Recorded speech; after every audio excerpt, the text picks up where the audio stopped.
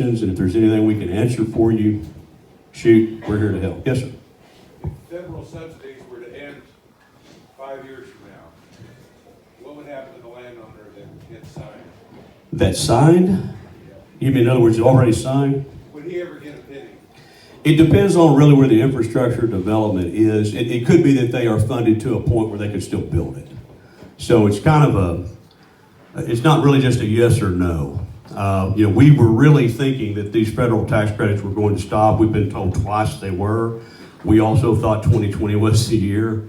And then it turns out something funny. And I talked with Ted Cruz's folks down in Austin about this. They got an award from the Renewable Energy Company. It's amazing. And Corning too. About all the great stuff they've done for Texas with wind. So there's a lot of conversation that's going on in quiet rooms. But to answer that question, I couldn't fully tell you it would stop.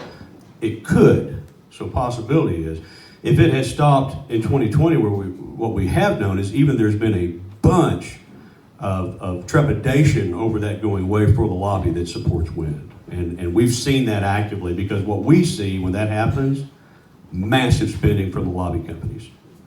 You got any comment on that, Robert? Let me just add just a little bit. Number one, once a company starts up a project and gets the federal production tax credit, it is set for 10 years. Now, it is based on the amount of electricity that wind farm or that wind turbine produces on that property. It's typically a royalty agreement, but it is set for 10 years. Now, if they decide to change out those turbine blades or rebuild that turbine after 10 years, currently they can apply for an additional 10 years of federal tax credit. The federal tax credit recently has been equivalent to the wholesale power of electricity. So they have been getting a 100% federal subsidy. Now, supposedly the PTC is phasing out.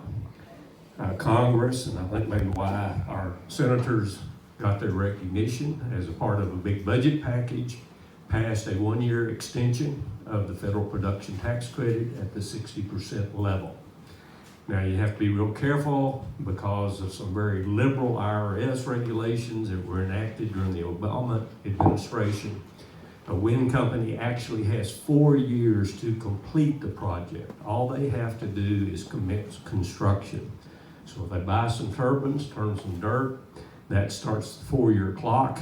So there's still the project down in McCulloch County is still qualifying for the 100% federal tax credit, which supposedly phased out in 2016 because they had 4 years to complete that project and still get that old subsidy. So it's real confusing. And the last point is the landowner doesn't get any part of that federal subsidy. According to every agreement I've ever seen, basically the developer puts that in their pocket. And to that point where Robert is spot on, all they've got to do is start building the road. When he says turn dirt, that starts the project. But, if they killed it, it could be. It depends on what's in the best interest of the company. They may, if they're not in construction, they might turn some dirt to continue to get the tax credit, but it doesn't necessarily mean they'll complete. However, it's in their best interest to complete because of the continuation.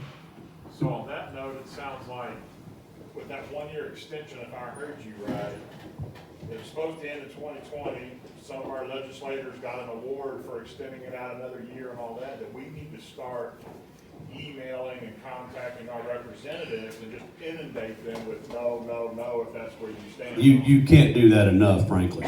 It's what we constantly do. We've become a sounding brass down there in Austin to this point, but also TPPF is doing the same thing, which they have far more dollars than we do. So allowing with somebody like that, letting them help to speak for you, because they speak for the landowner. They truly do. We were up there as a panel of landowners from all over Texas talking about this industry to a packed room in Austin literally 2 weeks ago. So they do represent, absolutely. Yeah.